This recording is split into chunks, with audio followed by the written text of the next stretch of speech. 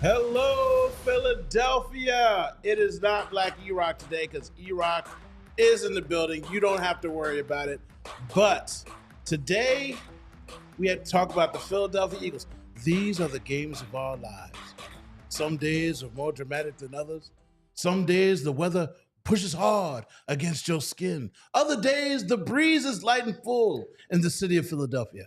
But today, there's drama afoot. There's questions. There's doubt. But today we will focus on the hope and the future of Philadelphia. We can focus on the good things. Even in the wins, there's a loss. And even in the loss, there's a win. Some people don't understand the conflict and understanding of friendship. Do you not understand what I'm saying? Welcome to Philadelphia.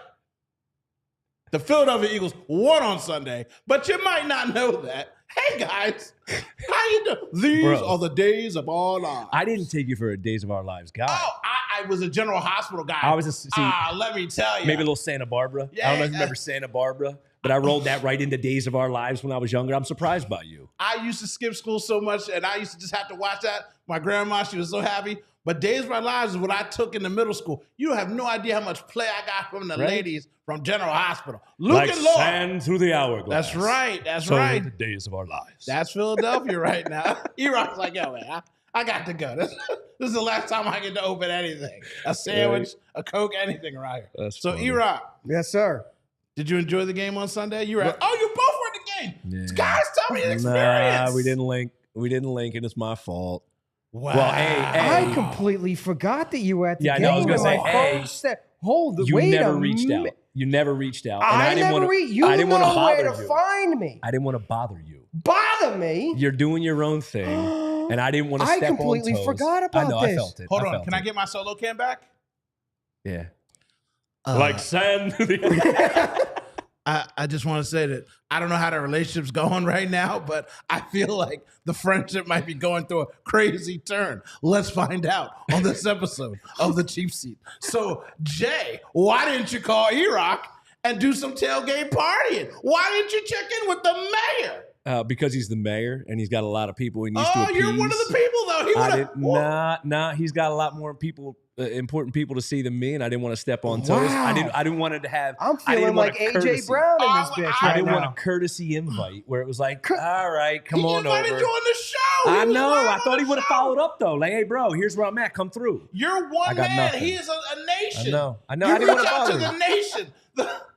My I know. phone did not buzz I know. from a one Jason Ashworth that entire time. Don't worry, mine didn't either. I never got one buzz from Hey, you. look, I do a show with you, and I thought maybe you'd be like, definitely want to see But that. you dude. know where I'm going to be. I don't know. expect you to be there. And quite frankly, and reasonably so, I Yeah. forgot. I know. I know. Trust me, I got that. I felt that. And I think I wanted selfishly to feel important. And Brandon you reached Graham. out to me. Brandon Graham, come in, Well, settle this entire thing. I'm Get gonna- on here I'm- and tell I'm- this man he's wrong. Look, I'm going to be the Brandon Graham. I went to a tailgate with E-Rock, and how many times did I have to text you to try to find you? Right? Your ass was lost. Oh, Yeah. man. I Yeah. was in the desert, the weeds, drowning in the Wow. ocean. And by the time I found E-Rock, it was time to trek back into the game. wanna But it was on me to find the mayor. You want to know the best part too? So I was able Do to tell. Yeah, no, I was able to get down and had some fuel passes before the game. I was on the field too. I were on know the you were field. posting pictures. And I was like, the son of I'm right here, dude. Wow. I'm right here. Wow. Yeah, Wow. I saw That's, you. no, that's I saw on you. Wow. That's a a wow. you. I saw you. Wow. I in saw the you. comments. That's a you. Yeah, I saw wow. you. I mean, Hashtag fine. Team E-Rock. Hashtag Take- Team take a Ashworth. side. Take Please a take a side. side. Take a side. Ooh, there's no That's- side to take. I didn't want to No, bother there you. is. That's There simple. is. I wasn't. No, but see, Call I'm Elliott not, Shore Parks I'm not right all up in now. my feels about it. It is what it is. Wow. Like I get it. I know where I am on your totem pole. That's fine. Don't worry about it. Ooh, you're in the same. Not to mention the fact that when I was down there, Yeah. right? Yeah. So not often do I get to bring the wife and kids. Right.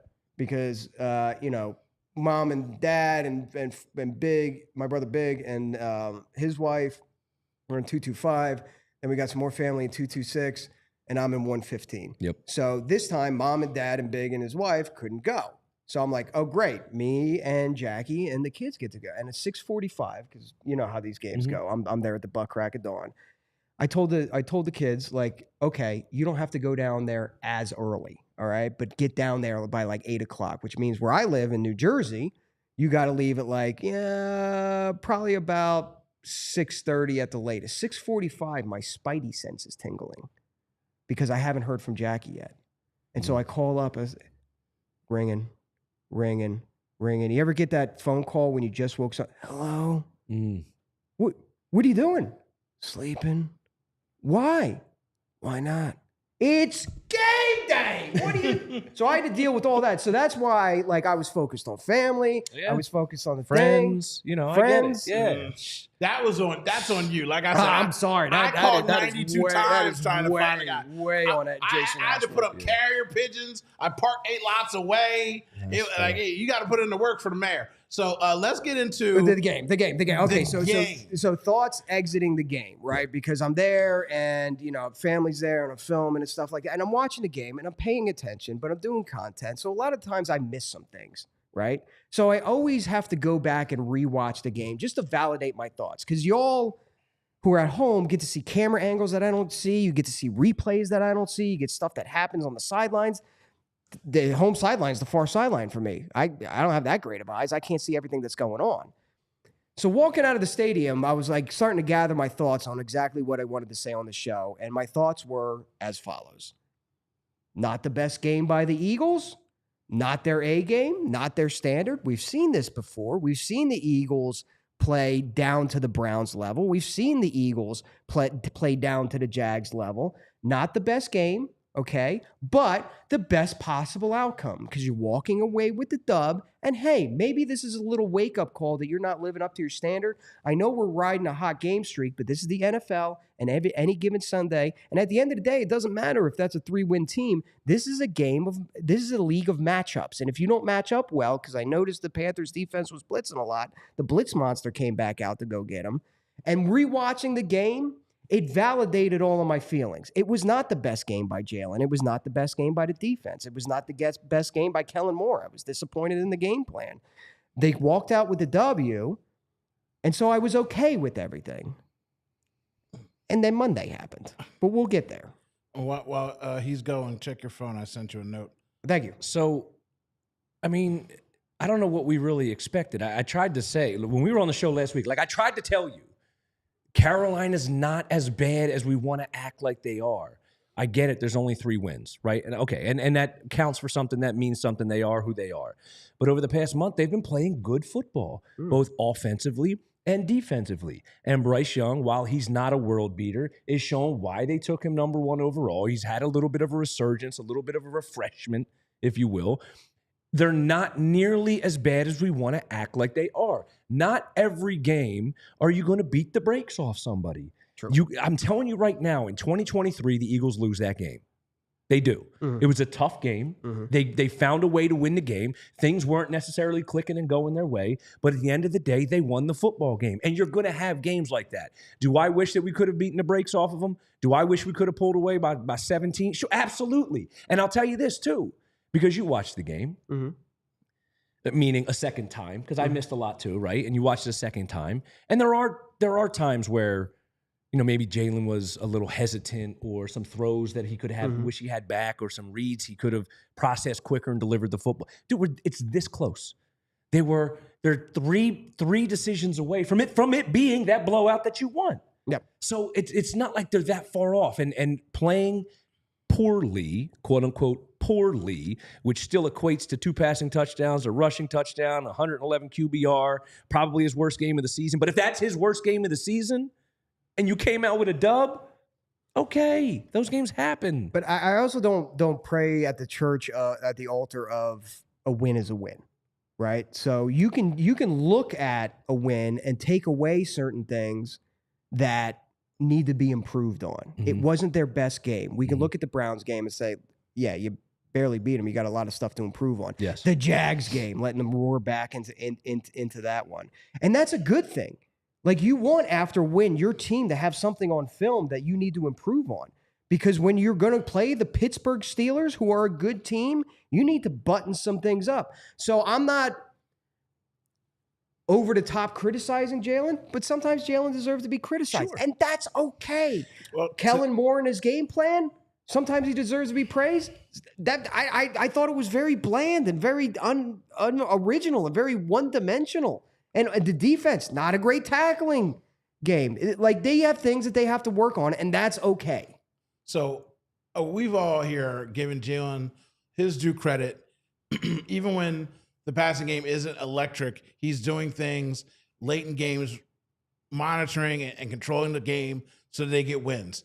He played terrible. I've said how much I've loved Jalen Hurts, and I've screamed it from the top of the mountain, so I can say he sucked. And I'm putting Kellen Moore way down the list, because if I'm Kellen Moore and I dial up plays where two guys are wide open in your face and you won't pull the trigger and you do some hop, skip out of bounds and throw the ball away and you're taking sacks, I don't know what else I'm supposed to dial up for you. You know what? Do the RPO and run up the middle 2 times because, bro, I've got a slant for AJ open. I've got a corner route for AJ open, and you're not hitting him. You're not seeing it. And I know that we preach all week, if you don't turn the ball over in close games, we win. It is drilled too far into his head. The eye test doesn't even matter, because just go look at Fran Duffy's breakdowns. There's 2 things I want to point out. Bryce Young, who everybody wanted to trade and get rid of before the trade deadline, has been to J Sport, played very good football in the last month. He hadn't turned the ball over until he played the Eagles. He was pressured 30 times and took 1 sack. I'm sitting there thinking, man, the offensive line is terrible. Then you hear the number, he was pressured 9 times and took 4 sacks. That's on the quarterback. That's on what he sees. That's on him being gun shy. And again, just a caveat to say to what you said about blowing out a team, when you play the 28th worst passing defense in the Ravens, and then you play the 30th worst passing defense in the Panthers, I understand any given Sunday, but my goodness, when you put up 100 yards and negative 87, I don't care about the QBR. I don't care about the George W. at the moment, because I understand that he has to be better. And to Jalen's credit, it's the first thing he said out of the gate. I've got to do better. He knows it. We know it. It's okay to say it. He had a bad game, and we still got the George W. And you're 100% right. There's context to this whole thing, right? There's nuance to this entire conversation. We can all sit here and objectively say that if this team wants to get where they want to get, and they want to be as explosive as they want to be and as dangerous as they want to be, then Jalen has to play better. The whole offense has to play better. And that's right now anyway, that conversation is within passing specifically. I think where you start to lose me, not you specifically, but the overall conversation where I start to get lost is this narrative, this hyperbole that you can't win with Jalen Hurts, that they won't win the Super Bowl this year, and he is the problem. He's not the problem. It's a simple matter of, so give me a minute, right? Let me think. Go rattle it off, bud. We're all old enough to remember, right, the first 4 games of the season when we asked Jalen Hurts to throw the ball 30-plus times a game in each of those 4 games. And boys, what did he do? He had 6 turnovers, 4 interceptions, 2 fumbles lost. And we all went into the bye screaming for this team to find an identity. The offensive line went into the head coach and said, Coach, we got to run the ball. Maybe not air it out as much. Let's protect the football. And all that's happened in that time is that All-Pro in the backfield is on a historic pace, and it's ripped off 9 straight wins. All the meanwhile, Jalen, while averaging only 21 or 22 throws a game, has turned the ball over only once in those 9 games, 11-2 record. I'm also old enough to remember. So we're sitting here saying, but that's a problem, right? Because he's not throwing enough now. But I'm also old enough to remember when we were bashing Nick Sirianni for being too aggressive, right? Because he's going for it on 4th and 3, and you're taking points off the board. You can't win with that type of coaching. Well, here he is against Carolina in the 4th quarter. You got an opportunity on 4th down to kick a 53-yard field goal to ice the game. It's 9 points. Instead, he punts the ball, plays conservative, leaves it up to his defense to win the football game. They do that, and walking out of the stadium, I was only 6 points against Carolina. So it's like, for me, whether it's passing, there's 3 phases to the football game. And I don't want to get so stuck on Jalen Hurts and passing or this or that. There is offense, it's defense, it's special teams. There's nuance to which within each phase. And right now, the Eagles are putting their 53 out against your 53. And 11 times this year, E, they have come out on top. So we can nitpick all we want. And I get it.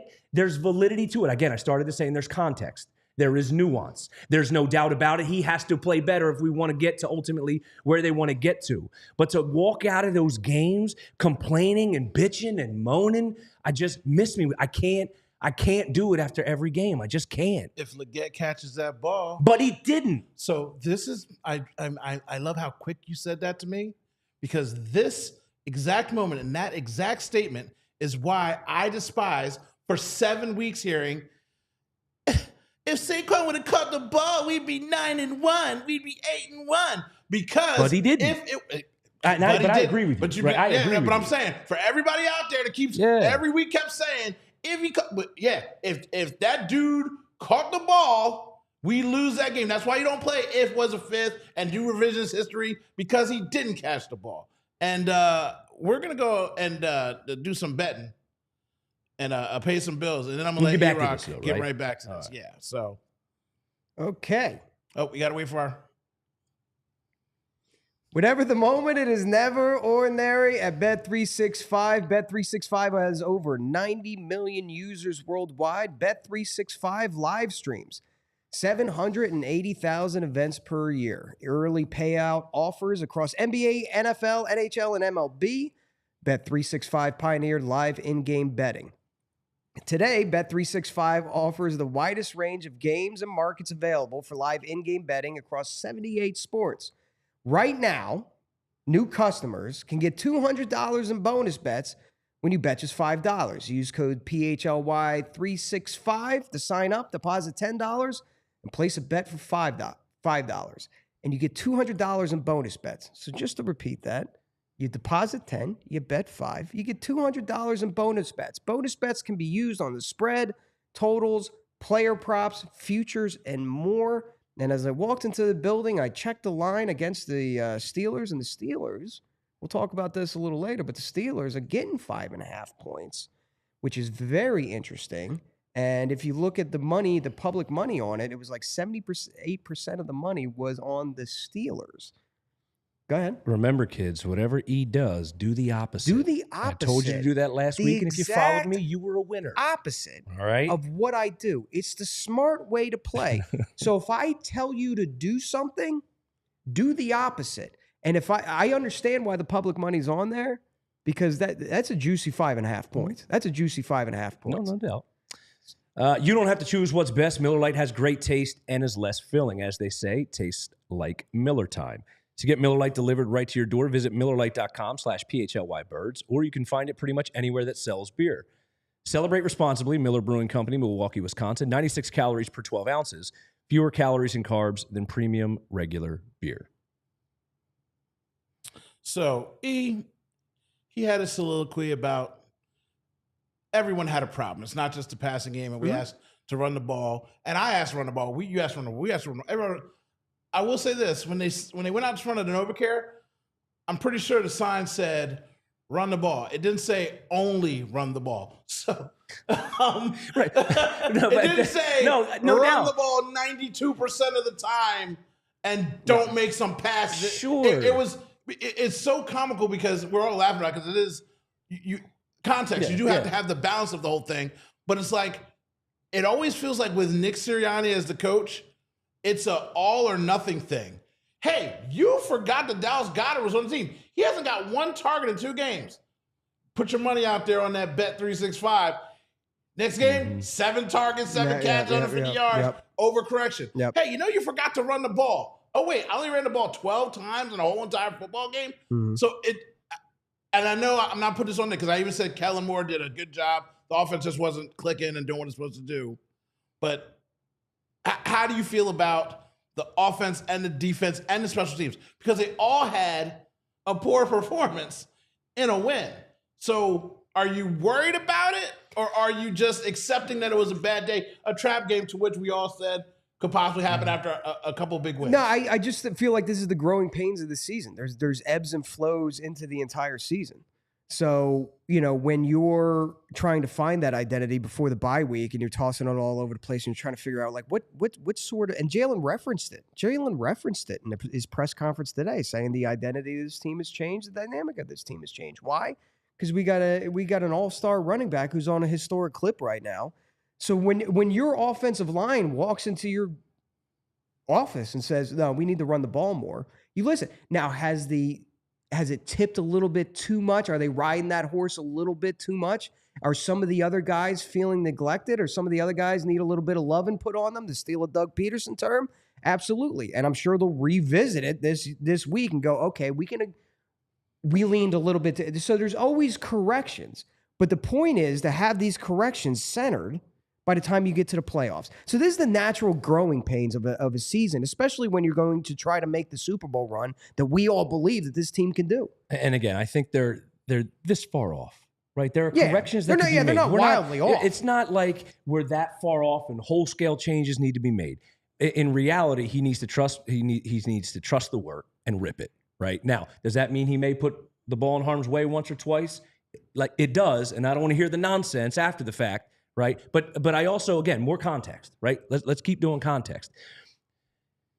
What are they? 12-1 Kansas City Chiefs needed a last second field goal to beat those Carolina Panthers. To beat everybody. Did everybody light their hair on fire and say, oh my God, throw away Patrick Mahomes. You can't win with him. Now, granted, he's got a couple in the bag, so we're going to give him the benefit of the doubt. He's playing terrible this season. I know, I agree, but he's got a couple in the bag, and so people are willing to give him a buffer, and fine, that makes sense.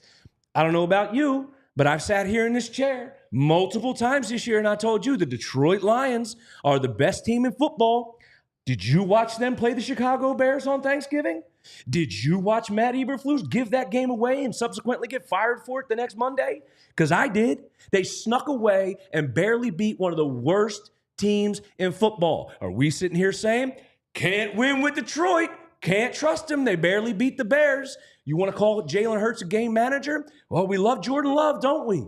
4 of the last 6 games, your Jordan Love has completed 14 or less passes and attempted 23 or less passes.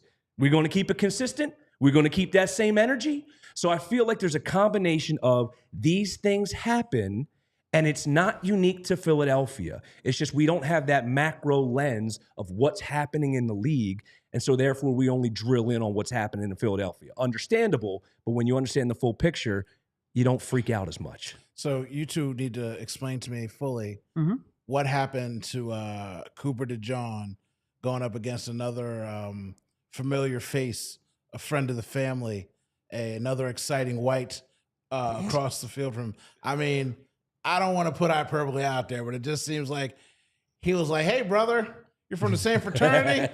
Show me some things." He was like, "Hey, you're not the only one who's been out to the Midwest, young fella." He gave him a welcome to the NFL from the Caucasian side of the field. So how did you guys feel about he got worked out there?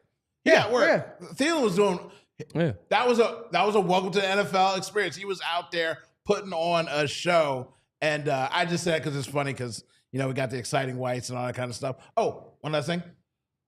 Everybody who doesn't like Blankenship, I bet you miss him now. Everybody who says Blankenship doesn't matter, he's so good at his job. When you don't say his name or hear him, that means he's doing his job. We miss Blankenship. We miss white chocolate out there. And I see some of the comments for and listen, we appreciate everybody in the comments, like Big Chris saying that. So now we're going to pretend that the 3-9 Panthers are good. Or I saw somebody saying something about fan base used to be recognized as the most knowledgeable. Now we're dumber than a bag of rock. No, it's not. Listen, I understand. Nobody's saying that was a good game by the Eagles or that they shouldn't have smoked them. Well, you don't know if he's talking about us or the fan base for getting on the Eagles. No. It's irrelevant. It's a general statement. Like you said, Carolina almost beat the Chiefs. The last month, they've almost beaten everybody they played. They've lost by 2 and 3 and 1-point games. Yeah. Bryce Young has been balling. Yeah. But what I'm saying is I know it's a week-to-week league, but I'm not going to ignore the Baltimore game. Like this team far more resembles the game against Baltimore than they do against the game against Carolina. You're laughing at me. No, not at you. I promise. You're 100% right. I'm agreeing with you in my laugh because this is what we do. And if you want to call Philadelphia a stupid fan base, then this is why we're stupid, because we pin all of our hopes on, hey, the Commanders are coming into town and it's a test, and then you beat the Commanders. But then we got to fly out west and we got to beat the Rams, and that's a test, and we beat the Rams. But then we got to travel on the road. We got to beat Baltimore. That's a big game, and we beat Baltimore. But God forbid you don't boat race a team that's playing good football and you win by 6, then all of a sudden, like, everyone's hair's on fire. Like, there's nothing that for some fans, for some people, no matter what, it just won't be good enough. You just need a reason to bitch. And I say all this not to say there aren't areas to improve. Oh, yeah, we got plenty to bitch about. Of course there are. But do it with a little sense. Do it with a little objective reasoning. Half the discourse and nonsense is just that nonsense. My favorite thing right now is, if the Eagles had to play the Rams right now, the Rams would cook them because the Rams beat the Bills. We just played and beat them. You know what the funny thing is? Josh Allen doesn't walk out on the field and play Jalen Hurts. Josh Allen plays the opposing team's defense. Yeah. Just focus on what's going on the field. So the defense, I don't know if you want to say anything else about it before we move on to. Yeah, the defense wasn't great. I like the way Bond played. I thought there was some good blitzes in there. Defensive line, Jalen Carter, I thought had a great game. Defensive line as a whole didn't play as well as I had hoped. But the team in general didn't play as well as we had. Special teams, everything. It was just a bad. It was a trap game. It was a letdown game that they got the win in, and so. And I'd rather have a quote unquote letdown game against a bad team where we still walk out with the Jameis Winston George W. than have a bad game against the Pittsburgh Steelers and lose the game, and now all of a sudden we're questioning whether or not this team is actually legit. I'd much rather have the former than the latter. That doesn't mean we can't bitch. That doesn't mean there's things that need to be corrected. That doesn't mean there's things still to be talked about. But we're good. Like, we're fine. We're good. So we're okay. Until we're not. And when we're not, then we'll talk about it. I'm going to move us into the most important thing, and I'll just say this. The team as a whole also understood that they played poorly too.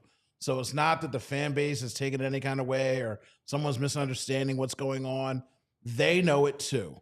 And from top to bottom, they did not have a complete game. And like you said, that's the kind of game you want to get a win in. And they did that. So after the game, we all went home. Yeah, we enjoyed a peaceful remainder of the week. You might have went home. I don't know if you went home and had a peaceful game.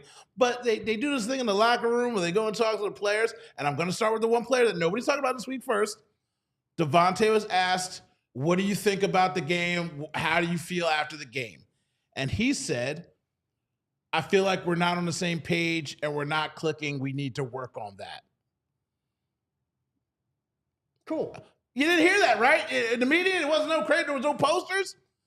And then they went to A.J. Brown. A.J. Brown, what was going on with the game? How do you feel about the game? What could be worked on? And he said, passing. That's the quote. That's it. Passing. And everyone went crazy on the internet instantly. And then Jalen spoke. And then asked Jalen, what did Jalen say? We weren't on the same page. I could have done better. I need to be better. There were some things that I didn't get to. We weren't on the same page. We weren't clicking. So, okay, no big deal, right? Well, it's a big deal because A.J. Brown said passing. And if you say passing, he's pointing the finger at the quarterback. The quarterback is the most important position in football. It's the highest paid. It's the most scrutinized. And we've all sat here and said the one thing that we love about Jalen Hurts above all things is that he's built for Philadelphia. He can handle the media. He can handle the pressure. He can handle the stress. He sits on that sideline. He's not Dak Prescott. He's not crying. He's not a Eli Manning where he's got some bewildered look on his face. He's usually happy, pissed off, or stoic because he's built for those moments and he knows that he didn't play his best game. Now, fast forward to Monday night, and I'm not going to quote this because I want it to be verbatim. Do we have the Brandon Graham clip on his own show, the Brandon Graham Show, where he went on for 25 minutes discussing Jalen Hurts and A.J. Brown? But this is the clip that set the world on fire on Monday. The person that's complaining need to be accountable. And I'm just being honest. You know what I'm saying? Like, and he know this. He, you know, I don't know the whole story, but I know that one is trying. And I mean, 11 could be a little better with how he respond to things. And they was friends before this. It's like, man, but things have changed. And I understand that because life happens. But it's the business side that we have to make sure that we don't let the personal get in the way of the business. And that's what we got to do better as right now, because we know it's an issue. Everybody's seeing some things, but we need to be able to talk things out as men. You know what I'm saying? But we need to let personal stuff go and let's get right for this game, because, man, it's like a lot of stuff, most of the time it's just a conversation that just need to be had, but the person with the problem got to want to talk to the person other than others. Okay. That's all I'm saying. So before I let these guys speak, I will let you guys know that I will hold these two accountable for not getting on the same page and communicating when they were at a game, the same location together. We here at the Cheap Seats come together in unison as a family and friendship, and the divide can't go on. But I'll work on that off air. Now, who would like to go first in response to what? Please, Ashworth, take the floor. So take the floor. Yeah. I'll speak up this time. So look, when I heard first reaction, when I heard A.J. Brown say passing, right? My first thought was, like, all right, he ain't wrong, right? I get it. You're not wrong. We all saw the same thing. And I get in those situations when you don't, it's kind of like when you don't have anything nice to say, don't say anything at all, right? So it's the say less mentality, right? So I understand that. Now it opens up the door a little bit, but ultimately my feeling coming out of it was like, all right, whatever. The guy, he's frustrated. He's a competitor. He's frustrated. He wants to help. They're still winning, but when you're in a tough spot, you want to help the team win. Get me the ball. I can help us win. I get it. That's just the competitor in him. No harm. When I heard BG double down, my first thought with what BG was saying was, all right, hold on, BG, love you. You are, first of all, you are a legend in this city. You are savvy. You're a veteran. Like, you know the right way to do things. And your message to A.J. Brown is correct. Like, when you got an issue, go to the man. Don't go to the media. Discuss it with your boy. Don't blow it up. And you're leveraging the media to deliver the message. So for me, it was kind of hypocritical. But then I took another step back and I thought, well, wait a minute, hold on. Even in what he's saying, I think perhaps what he said was misconstrued. When I first heard it, my thought was, well, they were friends before, and I'm paraphrasing. They were friends before, but things have changed. And that made me think like, oh, these dudes used to be friends and they're not friends anymore. Is that because of struggles? Is that because of locker room beef? Like what is that? But when I put the spin on it, and I can't even take credit for the spin because it was communicated to me this way and it changed my perspective. What Brandon Graham, I think, was saying was, look, the whole reason that Jalen Hurts wanted A.J. Brown in Philadelphia was because they were friends before. Before they were teammates, they were friends. But when you become teammates, hey, now it's a business. Like, now we have a job to do. We were friends before. We had a personal friendship before. But now that you're on this team, it ain't personal. It's a business. Things change. And so now they have their relationship has that added layer, that added stress, that added, like, you now have to deal with the business. And unfortunately, the business comes first. They're trying to work through that. I think their relationship is strong enough to handle that. You said it. I think Jalen Hurts is the perfect guy for the situation to navigate through that because he just flatlines. He won't get too high. He won't get too low. He's not the guy that's going to be dramatic and react and feel like he's got a force feed. Like, he's going to go out there and do his job, and he's going to correct the situation. So for me, hearing all that, I don't like it. I don't necessarily understand it when you're ripping off 9 straight, but I also don't think that it's anything more than competitors who want to win in a locker room that's capable of handling it. So before I get into a little tangent on this one, let me First, recognize the fact that, yes, ladies and gentlemen, we know this has been beaten to death, and we made it a point on this show to talk about the game and talk about other things besides this. And then we knew after the commercial break that we would get into it because it was going to dominate the conversation. And one of the great things about this show is we get to talk about it. One of the bad things about this show is often the time it's a Wednesday, right? So everyone's sick about talking about the thing that we're about to talk about, but it's the first time that we get to talk about it, so we're going to talk about it. And Talk about there's a resolution today because everyone spoke it. So we're going to wrap it up today also. We're going to wrap it up. We're going to put a bow on it, and we're going to push it to the side. The second thing, before I get into what I want to say, is that giant asterisk, is that I know Brandon Graham, but I don't know Brandon Graham. Brandon Graham, we've had interactions throughout his long tenured career. We dap each other up. We have a brief conversation. We keep it moving. I know Brandon Graham, but I don't know Brandon Graham. And I would also feel very comfortable in saying whatever I'm about to say with BG in the room. So nothing I'm going to say that's going to come out of my mouth right now, I wouldn't say in front of the man himself. Brandon Graham is a natural-born leader. He's taken on that role from a very, very early on. And he's taken on that role because it's his nature. He's the guy that uplifts the team. He's the guy that keeps positive. Sometimes I almost think that Brandon Graham is almost Dave Spaderoing it at times, where he's rah-rahing it and not really feeding us the whole truth because he wants to get that positive energy in the atmosphere, and he's a trusted figure. We throw our trust into Brandon Graham. So he is a natural-born leader, and he's the positive guy that uplifts everybody. So yes, Monday night was a little out of character for him. Here's what I also know about Brandon Graham. He also likes to push the negativity aside. He tries to funnel out the negativity. Him early on in his career, and let's put our cards on the table, sometimes I slung that negativity out there, not believing in the guy. He had his own struggles with negative internet comments and negative criticism and stuff like that. And dealt with it sometimes and realized that wasn't the proper way to act. So he tried to funnel that out of his life. You can remember a point in time where the internet was a thing where it was like hashtag blocked by Brandon. Yours truly, once upon a time, was blocked by hashtag blocked by Brandon, because Brandon's idea was like, I don't want to see this negative shit. I don't want this in my life. I'm just going to block people and keep it moving, which is good in theory until you block such a quantity of people that it now becomes a thing. And it's like, oh yeah, this is a bad look. We got to stop doing that. So he basically doesn't read the comments anymore. But when Brandon gets upset about something, it hits him hard and it hits him in his heart. And when Brandon walked into Chickies and Pete's that Monday night, he had something in his heart and he had something on his mind, and he needed to get that out. He thought, whether it was right or wrong, and I'll tell him, right, he knows it's wrong. I didn't agree with it. I was sitting in the car waiting to go into jiu-jitsu class late because I'm like, jaw, battery on, keys in the ignition, just jaw on the floor. And if you and I have gone to that show, if you and I were there, I wouldn't be in the back going like this because this is disrespectful. But if him and I locked eyes, I would have went like this.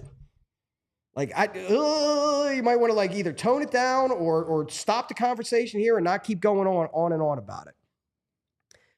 I think from BG's part, this was part of a longer play. Like, now you guys are forced to talk about it. Now I brought it up. Okay, y'all want to dance? I saw this shit in 2023, and I saw how it affected the locker room, and I'm on what is supposed to be my farewell tour. Y'all ain't doing this shit again. I'm coming out swinging. He wasn't asked, hey, what are your thoughts about this? He came out swinging. Not saying he should have done it, but maybe, just maybe, this will have the intended effect that it was supposed to have, where those dudes, remember earlier on when I went on my Nick Sirianni thing? This is why you don't overreact, by the way, week to week, because I overreacted on the Nick Sirianni thing. I thought that dude punched his ticket out of town when he was yelling up at the fans. I definitely thought so. But the team kind of rallied around Nick, and then organically, you remember me saying this, organically, it was like an us versus the fans thing.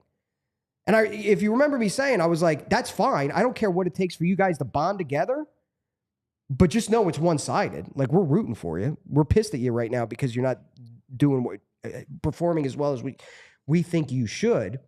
But if BG falling on the sword out there made those two work it out, and then it became an AJ and Jalen versus BG and bonded those two together, mission accomplished.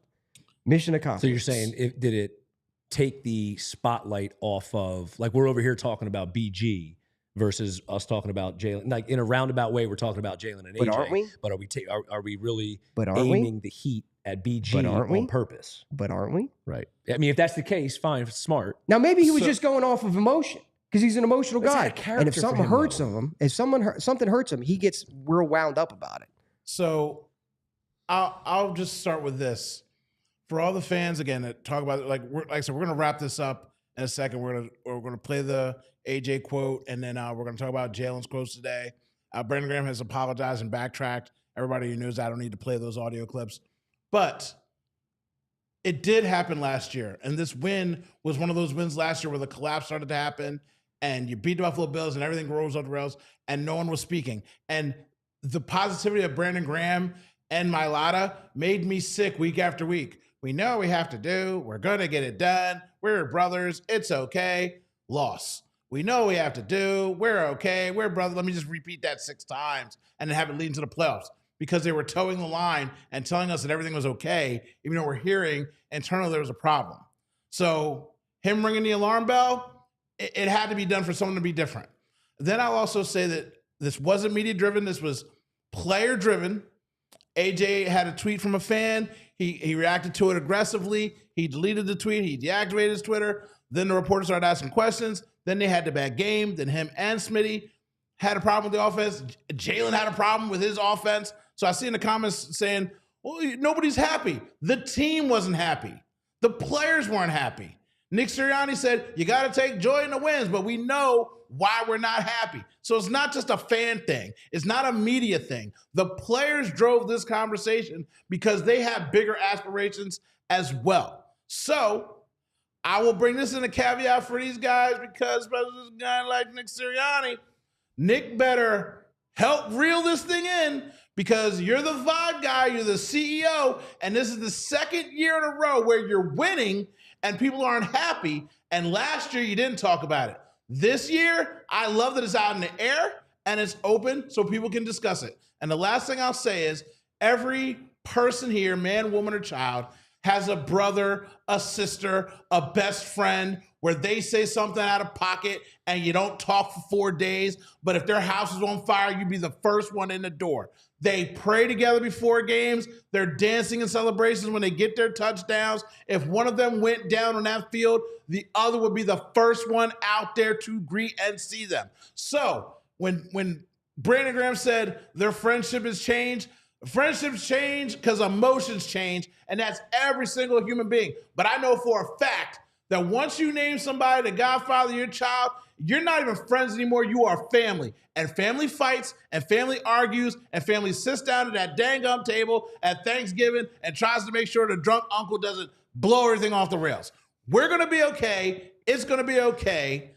I want to wrap this up and start to wrap up by playing AJ's statements today.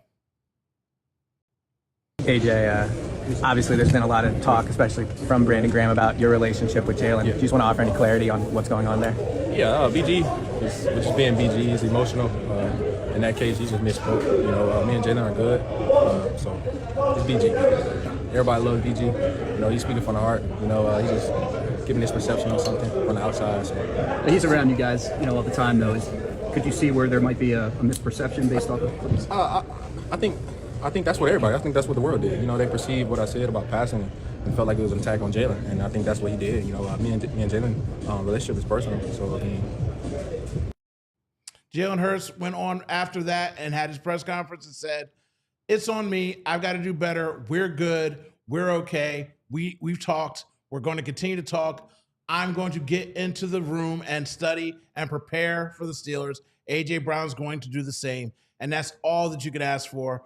I'll start with you for a wrap up on this. Yeah, because I feel like we're in a good spot. Yeah, it's out in the open. It's discussed. Let's move forward. Yeah, I agree. I don't think, again, I said this the last time. I don't think it's the issue that we all want it to be. I think there's, where there's smoke, there's fire. I get that, right? I think that's more of just the competitive nature of it. You brought up Nick Sirianni. I'm glad you did, because for the role that they've carved out for him and the type of coach that they said he will be for this team, or that he is for this team. Okay, proof's in the pudding. If this really is nothing, then make it nothing, right? And if it really is about keeping 53 together, then go ahead and do it and show up and do that. So I think from that perspective, again, it's not anything that that they need to worry about. I appreciate that they are attacking this head on, that from the other side of it, that BG does come out and force people to talk about it, because it allows them to, look, answer the questions, move on, settle it, focus on Pittsburgh. This is a big week. This is a big game on Sunday. If you think you can afford to be distracted against Pittsburgh, you're wrong. I think the team knows that. They're getting out in front of it so we can get back to work. Yeah, and listen, I appreciate everybody in the comments, and I saw Big Chris out there say that, like, BG was talking out of both sides of his mouth. Again, if BG was standing right there, I would say the same exact thing that I'm about to tell you, Big Chris, which is, yeah, there is a heavy layer of hypocrisy to that entire thing. Here you are bitching about the guy who's talking to the media instead of talking to somebody man to man, and yet you're on your radio. So there's a layer of hypocrisy there that I think we all understand, and I think Brandon understands, will look back on and learn from and grow from. We're not all perfect. And when you put yourself as out there as much to be the spokesperson, the player's spokesperson of the team, as Brandon does, you're not going to get everything right, dog. And the guy was feeling it. Again, when something bothers Brandon, it hits him right in his heart. You know, that's what AJ said. Yeah, he's got a big heart. He's an emotional guy. He's just an emotional guy. So there was a layer of hypocrisy that nobody's hiding from. We all know this. Brandon knows this. Brandon knows this.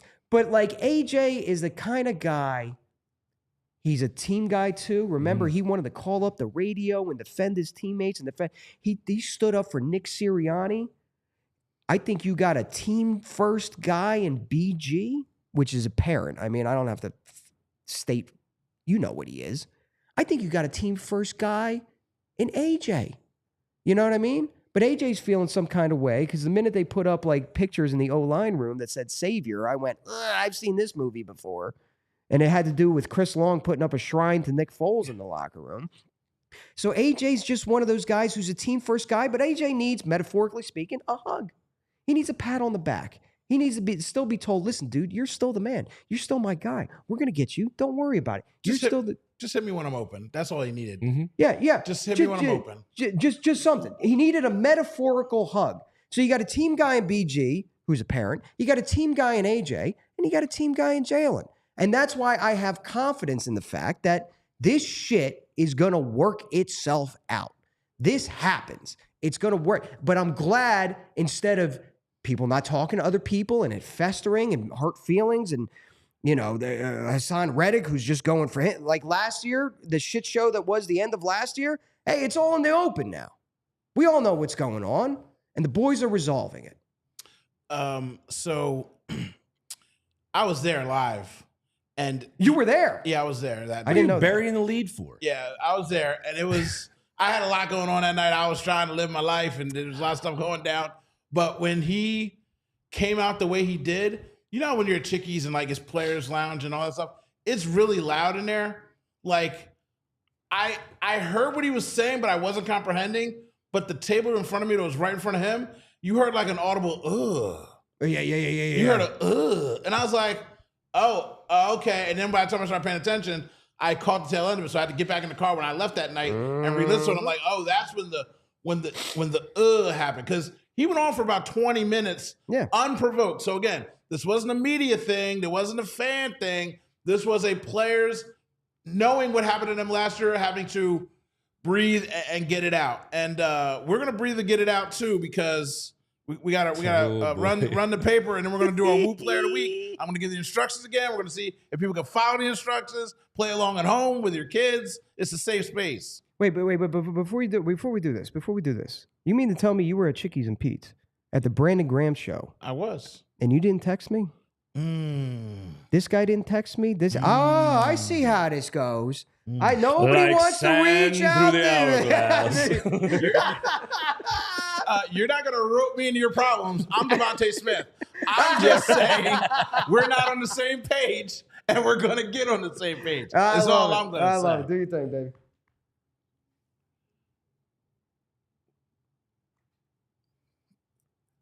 And then can play that. But I meant you, man. So, the Woo Player of the Week is a lovely game that we like to play where you pick one player that you think had a great week and you talk about that one player. And the caveat and the fun part of the game is we go in order every week where another person gets to start.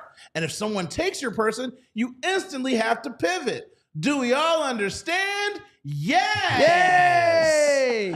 Okay, so this week's order goes, even though I'm in E-Rock's seat, it goes Mr. Allsworth, E-Rock, and then me. So let's go get that Woo Player of the Week. Who's your Woo Player of the Week? All right, so when you pull up that graphic, you saw the Woo, which is WHOOO, right? Mm-hmm. So when I'm talking about my Woo with the OOO, I have no choice. You guys are not going to like this, but I just got to give this man his due because I'm talking about Juan $750 million Soto.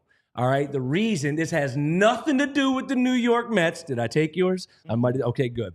This has nothing to do with the New York Mets. They can go pound sand.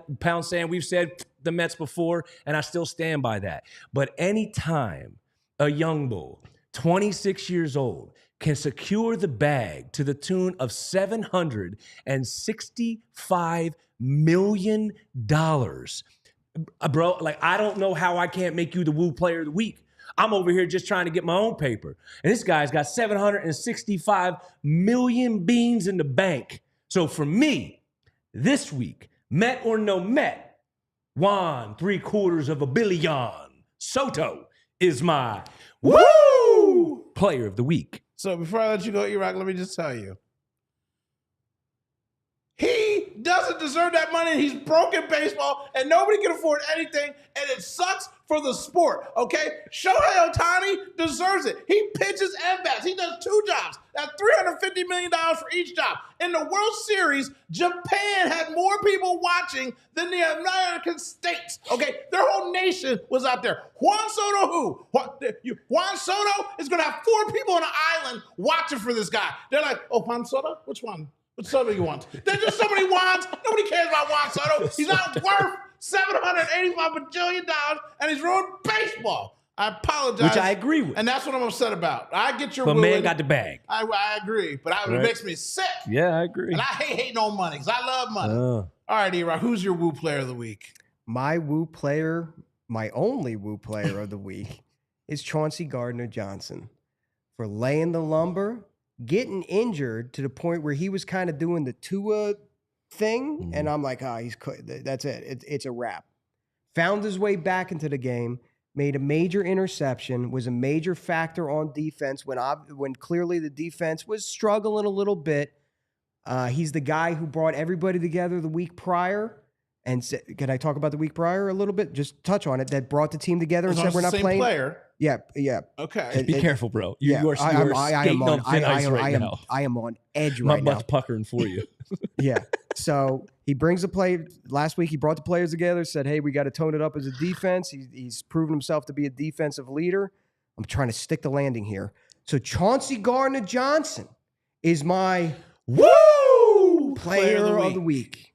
So nailed it. He did nail it. Hey, let's go. So in the embrace of brotherhood and friendship and being a accountable person and a human being, I will tell you both that my Woo Player of the Week is someone that I have to attack Black Gritty for first before I even name this person.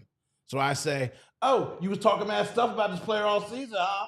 He got his own podcast, and his camera sucks, his mic sucks, his wife makes a great pie or something, but nobody cares because he's going on with Micah Parsons and laughing at other teammates. But you don't like him, huh, Fat Gritty? You got a problem with the guy?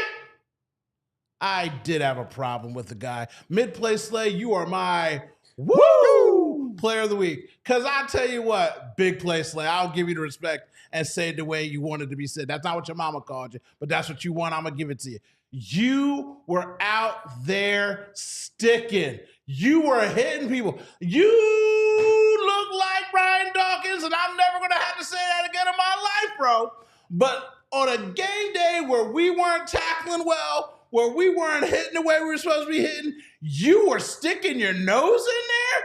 You were giving up the body. You were perpendicular.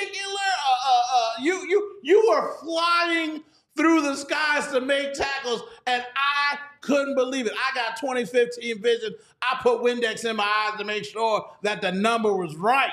So you, big play Slay, for those hits and that work you were putting out there are my woo player of the week. I haven't insulted myself for you, brother. You'll never see this, but just know that I did it for you. Bread pudding. I'm proud of you, Right? Black Is that what it Gritty. was? Huh? What kind of pudding was it? That's what you Oh, made, it's why right? we making them banana puddings. Banana pudding? Yeah, Everybody banana doing pudding. that. Apparently, there ain't nothing like that banana pudding. She be cooking. Everybody want a piece of that stuff. You didn't get no banana pudding. I'm You might get one now. You might get one. I'm trying to see what that You know what I mean? means. I mean, it's on national news, like everywhere. Like she's getting interviews from this pudding. Like apparently she be putting her foot in it. She got it from somebody's mom, and she putting the work in. Don't for tell it. Rex Ryan she putting her foot in it. Black Gritty, I'm proud of you. This is the way it should be. You criticize people when they deserve criticism. You praise them when you praise them. But like we're all rooting for the same thing, which is the team to be. Now, when the day comes where Black Gritty has Nick Sirianni or Howie Roseman as the Woo player, I'm going to have to look out the window to my left and make sure that hell hasn't frozen over. But I'm proud of you. I just want to say that, dog. I'm proud of you. When that happens, you just know the doomsday clock is coming. Call your family and let them know you love them. That's all. That's all. When that happens, you ain't got to worry about hell. You got to worry about the here and now. But Howie's is turning the page because everybody's working out. So what else do we have to talk about? Oh, Pittsburgh. We got a game coming up on Sunday, boys. Rather big one. Yeah. Don't know if you heard. So Battle of the State, Steagles, all kinds of history. Tomlin, who's not a CEO coach, but they try to compare Nick to him being the CEO coach. And it's going to be a heck of a game. Their defense is stout. TJ Watt is a perennial defensive player of the year in and year out. He's part of the Watt lineage. Jalen spoke very highly of the defense and the coaching staff. A lot of the coaching, They have 28 turnovers this season on defense. And for just the people that say, you can't replace Jalen Hurts in the middle of the season, you're right, because we don't have the situation that they're in. They were winning with Fields and then pivoted to Russell because Russell was healthy and sitting there not playing. And week after week, their offense has escalated, gotten better. They are beating teams in a very fantastical fashion with the cornball, Mr. Unlimited. So, great human being, but just one of the corniest people on earth. I'll start with you, E. How do you feel about the game? What do you think we need to do? You got a list over there. Is there a plan? Is there an outline? No, it's just, I didn't want to go without noting that the Eagles can clinch the NFC East with an Eagles win and the Commanders loss. Right? So this. I'm a horrible person. I'm the worst black E-Rock on the planet. The Philadelphia Eagles. Congratulations, Saquon Barkley, for being the rushing leader of the Philadelphia Eagles all time. We just went 58 minutes without saying it and giving you your kudos. I apologize. Jalen Hurts, first quarterback in history to have 3 seasons with 9 game win streaks in a game. Oh, Jalen Hurts, I apologize. I see what happens when you win, lose a game? You forget about the historic events that happened in the game. I apologize. I did a bad job. That's why I'm never hosting this again. Carry on. No, but if I was in that seat, I probably wouldn't have mentioned it. I still haven't mentioned it. You mentioned it first. And that's the shame about this week is that like there's so much going on besides, to use your phrase, which I've stolen, by the way. I use it in context all the time now, but burying the lead, that's the lead. Yeah. We have the Eagles franchise, and the season's not over yet. No. You know what I mean? So it's remarkable what he has done to the offense, and the offensive identity has been, surrounded around him, and he's doing a phenomenal job. And that's what we should have taken 30 minutes on, is talking about how awesome Saquon Barkley is. But because of the drama, it wasn't your fault. I didn't even think of it either.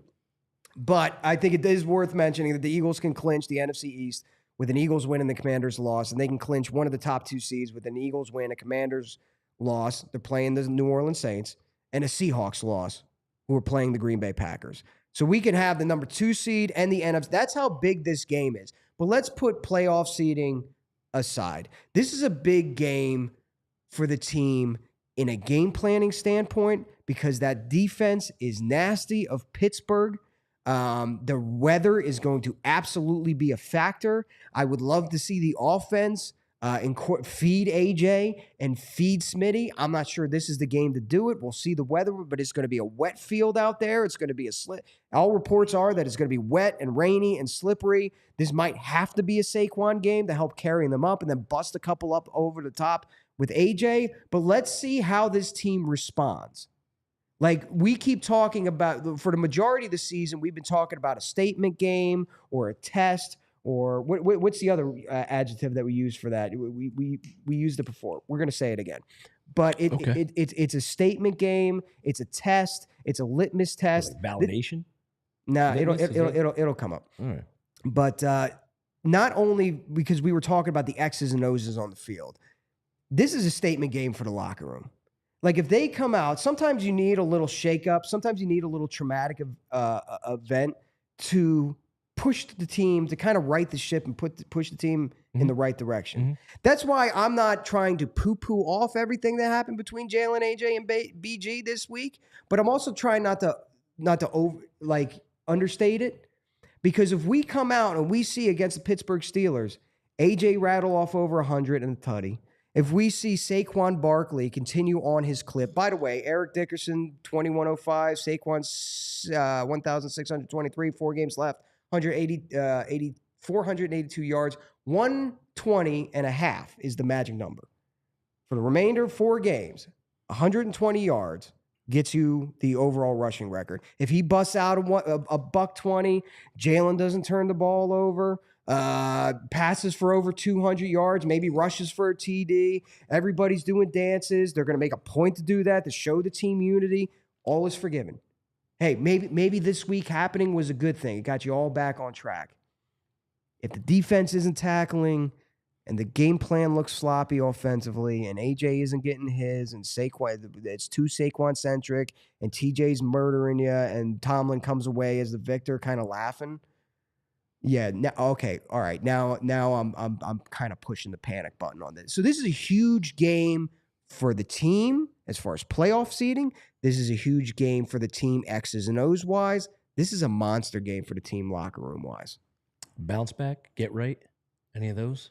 No, you said it before, and I was like, mentally, I'm going to jot it down. But I've partaken in too many things over the years where my memory is. We won't divulge, right?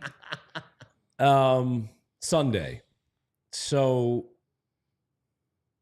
I, if anything, and this AJ Jalen situation probably isn't great timing for it, because the one thing that needs to happen is Jalen needs to take care of the football. Pittsburgh scores a lot of points, and a reason they score a lot of points is because they're number 1 in the NFL in turnover differential. They're a plus 17, tied with the Buffalo Bills. You're going to win a lot of football games. You're going to put up a lot of points when you're plus 17. Now, one could argue that, well, look who they've played. I get it. They put up a lot of points, and I get it. They turn the ball over a lot. But when you go up and down their schedule and you see Atlanta, Indianapolis, the Browns, the Giants, the Jets, the Cowboys, like all these defenses outside of the Chargers, who actually have a really good scoring defense, the Broncos, who have a really good scoring defense. Outside of those 2 wins, 8 of their 10 wins are against the bottom 15. So I'm not telling you that doesn't matter, but I'm just saying it's not like they're going against it and doing this against stout defenses. Now, if you want to run the ball against Pittsburgh, you thought it was tough against Baltimore, it's going to be tough against Pittsburgh. And I'll tell you what, they're even better on the road. At home, I think they give up around 100 yards a game. On the road, they're down to like 83. So that's going to be a little challenging for the Eagles. Take care of the football. I don't think that Russell Wilson is, like, I get it. Everybody enjoy, Russell Wilson, should he be in the MVP conversation? Look at what he's doing in Pittsburgh. Jalen Hurts has more passing touchdowns than Russell Wilson. And I get it. He didn't start the season. But if he's as good as everybody says he is, and Jalen's as bad as everybody says he is, then Jalen wouldn't have more touchdown passes than Russell Wilson. Pittsburgh can be got. George Pickens has a hamstring injury. He's doubtful. Pittsburgh can be had. I think the matchups are there. I don't think they're going to get as much pressure on Jalen as you think that they are. The Eagles actually have more sacks. They get more pressure than that Pittsburgh defensive line does. So I think the matchups favor the Eagles. This rift, this question mark in the locker room right now, do they come out and try and force feed AJ? Do they get away from that identity that they've created and they've established and they've excelled at over the past 9 weeks? That's the question mark for me. I think it's an opportunity to be a bounce-back game. I don't know if we want to get into a score. Not yet. But I expect the Birds to come out on top. What that'll be, you'll have to wait per Black Gritty. So I don't like how you just disrespected Mr. Unlimited. Mr. Unlimited. Mr. Unlimited. I mean, he has one of the most beautiful wives and families in the nation. And, he's praying to the Lord and doing sit-ups on planes. This man is going to lose the game. I don't know how they're going to lose, but it's not a must-win for me either. So it's one of those things where everything you both said is right, but let's say it's 15-mile-an-hour winds and there's driving rain in the game and it ends up being like a 13-16 loss. Am I going to be upset? Probably not, because I understand the context of the game. I don't need the Eagles to go out there and blow them out by 40 points, but it depends on how you lose. If you lose a close game, I'm going to say, okay, there's something that you have to work on from there. A lot of people are like, it's a must win. With all the turmoil and everything that's going on, I feel like they're going to be galvanized. They're going to be together. Pittsburgh hasn't won here since 1965. It's just one of those things when they come here, big brother, little brother, weird feeling. But I really just need them to look right. I don't even need them to play right because, again, weather's going to be involved. They're going up against a good defense. And the Steelers are going up against a good defense. Pickens is injured. You know why Pickens is injured? And I don't want to say this because he's one of those hyper weird aggressive guys. He's like Neighbors, where he's just out there going crazy, pulling people's face masks, trying to do little sneak jabs on people. You know who he doesn't want to see? Quinyanimo Bay. He doesn't want to get locked up by Quinyanimo Bay. And I don't care if his hamstring is 100% fine. If it is, that side of the field is gone. We're at week, 13, 14 now? No one on that side of the field is getting the ball. It doesn't matter who your quarterback is because he's seen the Stafford, he's seen Burrow, he's seen everybody that you want to say is elite when you tell me that Jalen Hurts isn't elite. By the way, your Joe Burrow stats, if you looked at it, he throws interceptions like crazy in the last 4 minutes of a game, and that's why they're losing by 3 and losing by 6 because he has turnovers late and he doesn't overcome them. So if Jalen Hurts happens to throw a turnover early, I'm not going to freak out because even when he does do that, he usually tries to get the team back into it. So this week, I need the team to look right, to help me feel like they're right. And I won't jump out the window like I'm sometimes prone to do if they lose in a fashion where it's a knockdown, drag-out fight. Because it is battle for Philadelphia. It is 2 first-place teams in their division. It is a veteran quarterback, veteran coaching versus we have now a veteran coaching. I feel like I could say, and a quarterback who has been to a Super Bowl also and been around the block. So it should be a great battle because, as you both said, Eagles play their level of competition. So I expect them to rise to the level of competition. And as far as the record's concerned, I was a chicken pizza on Monday. And throughout my own personal drama, I did hear one specific thing from Landon Dickerson before I snuck out. He wants the rushing title. Oh, yeah, no doubt. Yeah, so he said that on air. I want that. And then, they did the whole question thing like, so you guys talk? He's like, look, I'm not talking about the rest of the linemen. I'm not talking about the rest of the team. We haven't even discussed it as a line. You just asked me a question. I'm saying I want it for him. I want to be able to help provide that for him. I want to be a driving force for him to get that record. He's already had the season that he's had and the career that he's had to go through. If I can be a part of giving that to him, I want to do it. And I have to think that the rest of the line feels that way. Jordan Mailata said it the other night. They asked him a question, and they said, if, let's just say he's in earshot the final week of before they could even get the question out, he said, absolutely, in his Australian accent. Absolutely, he said. Mm-hmm. And it's like, do I think that they haven't thought about it? They have absolutely thought about it and talked about it. And they may say they haven't. But as a line, they're like, yeah, we are getting this dude this record. They're all about it. And I mean, and again, rightfully so. You walk together forever with that.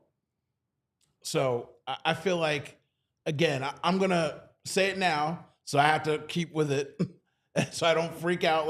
Because we're all fans here. Like I said, we're reading the comments. We're talking about what other people are saying and what's going on. But it's how we feel. Oh, we have a super chat? Super chat. Thanks, Jalen. All sicko Dio.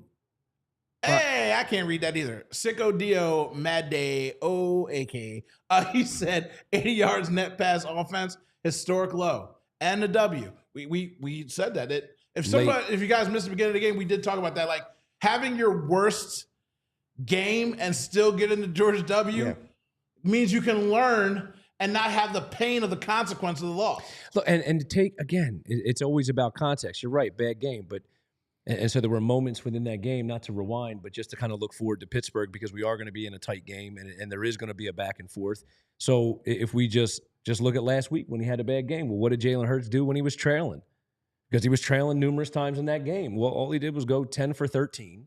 I think he threw for 70-plus yards, rushed for nearly 60 yards, had 2 passing touchdowns, 1 rushing touchdown, all the meanwhile 5 for 5 in the red zone. Like, I get it. It wasn't pretty at all times. And when to me, that's just an indicator of, look, all possessions matter. All quarters matter. All points matter. I get it. But when you're in the guts of the game and that pressure's at its highest and you're in those gotta-have-it moments, Jalen Hurts delivers. We got a big test on Sunday against Pittsburgh.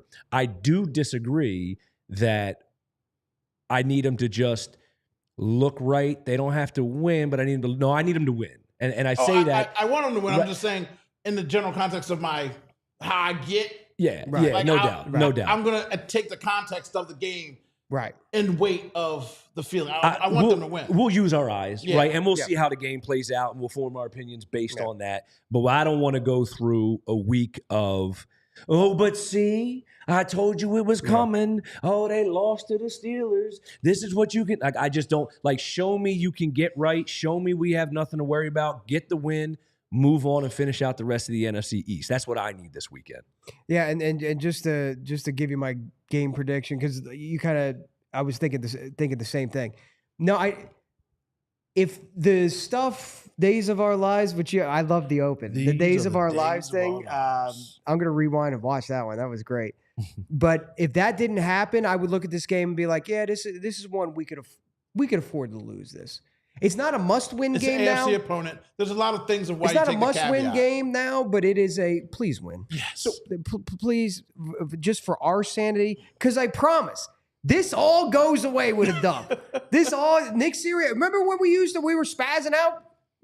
I'll throw me under the bus. When I was spazzing out about Nick Sirianni chirping at the fans, turning around and chirping at the fans, I was spazzing out. Next week, forgot about it.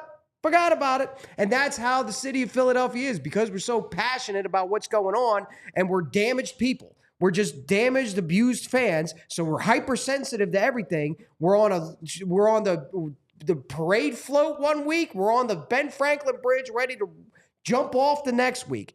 So please, just win. Just win. Just win. Just win, baby. Just win and show us that you got your shit together, X's and O's wise, but more importantly, that this locker room is unified, because I promise we're going to forget about all this shit. It's going to be a footnote it's going to be a footnote in the journey on the way to hopefully the Super Bowl if you just win next week. So we're going to wrap with the score. But before I get to that, PHLYCheapseats.com, that's where you can get the show and everything like that.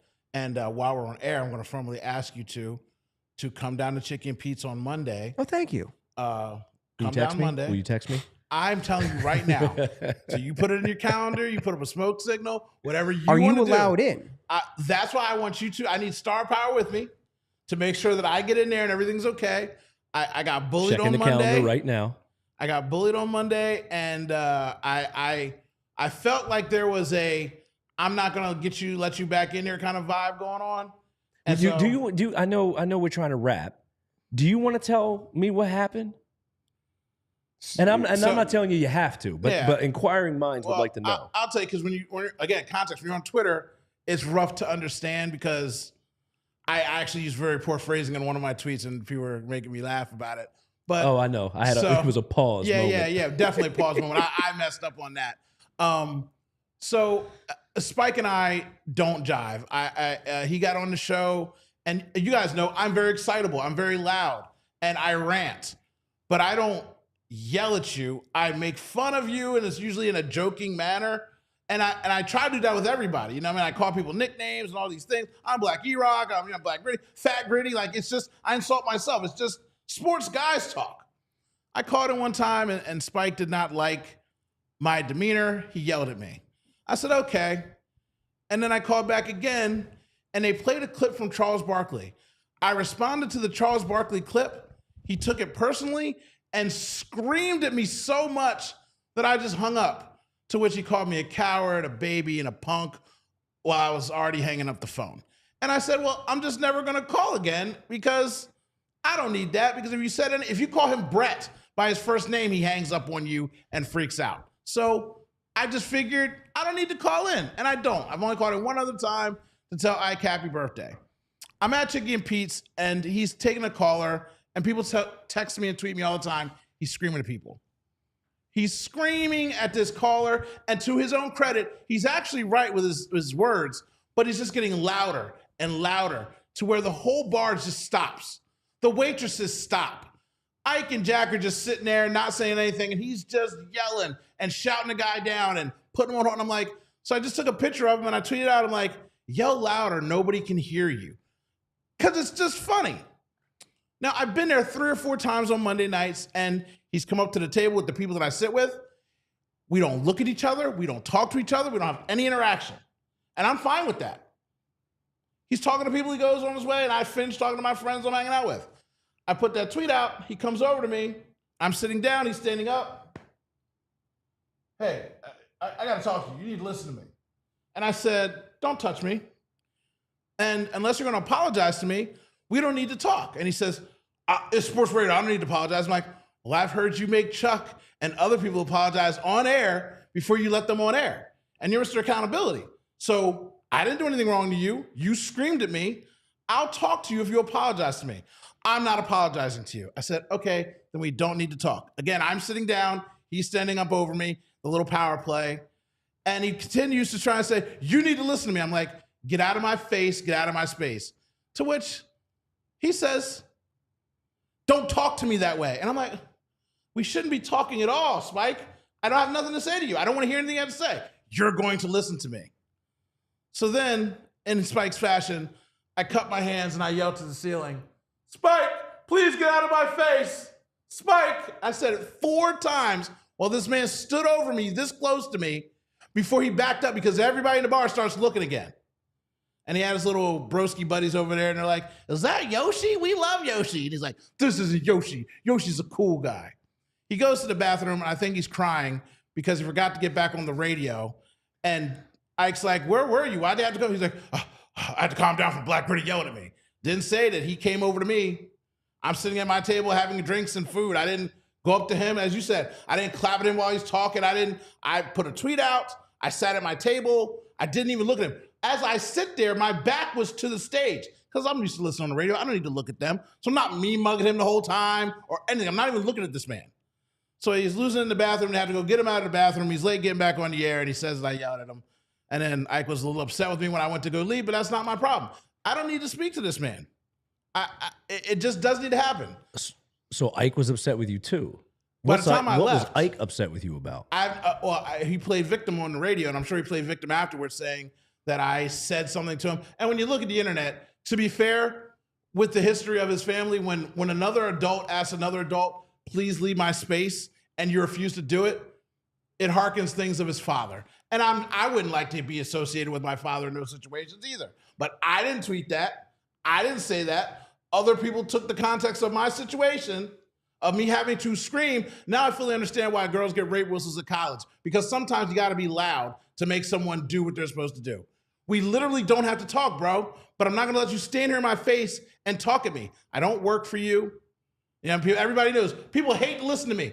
I call 975, I call WIP, I'm sitting right here. I call national calls. I call Dallas when I want to. You know what I mean? I used to call Johnny Marks CBS Radio 2 o'clock in the morning because I'm out here just having fun. I love talking sports. But that doesn't mean I have to talk to this man. So, I mean, I'm sure he's very upset with the fact that people are conflating his aggression with his father, which I wouldn't say is the same thing. But you don't touch people, and when someone asks you to leave them alone, you just leave them alone. It's an adult thing to do. I was raised better. There's only one thing to say after that. Oh, look at me. Like sand. The drama continues. Right. So now, score prediction. E-Rock. I done messed your brain up. I done scrambled you. You scrambled me. Get back in here. You're so deep. You're jumbled. Yeah, I'm it's overload. Ask for a score. Help this man. I'll start it. All right. I think I'm going to pull like a 26-20, 26-19. Go Birds. E-Rock, have you gotten yourself together? 17-13. 17 Birds. Dude, no. Okay. 2017 Birds. Go Birds. PHLY cheap seats. Go there and follow the show. Watch it anywhere. Subscribe, like, share, tweet, comment, do something, make yourself useful. And make sure, if you have nothing to do, come out to Chicken Pizza on Monday and hang out with us while we sit there and listen to the Brandon Graham Show and hope that the George W is secured. These are the days of our lives. Have a good night, everybody. We all silly like the mayor.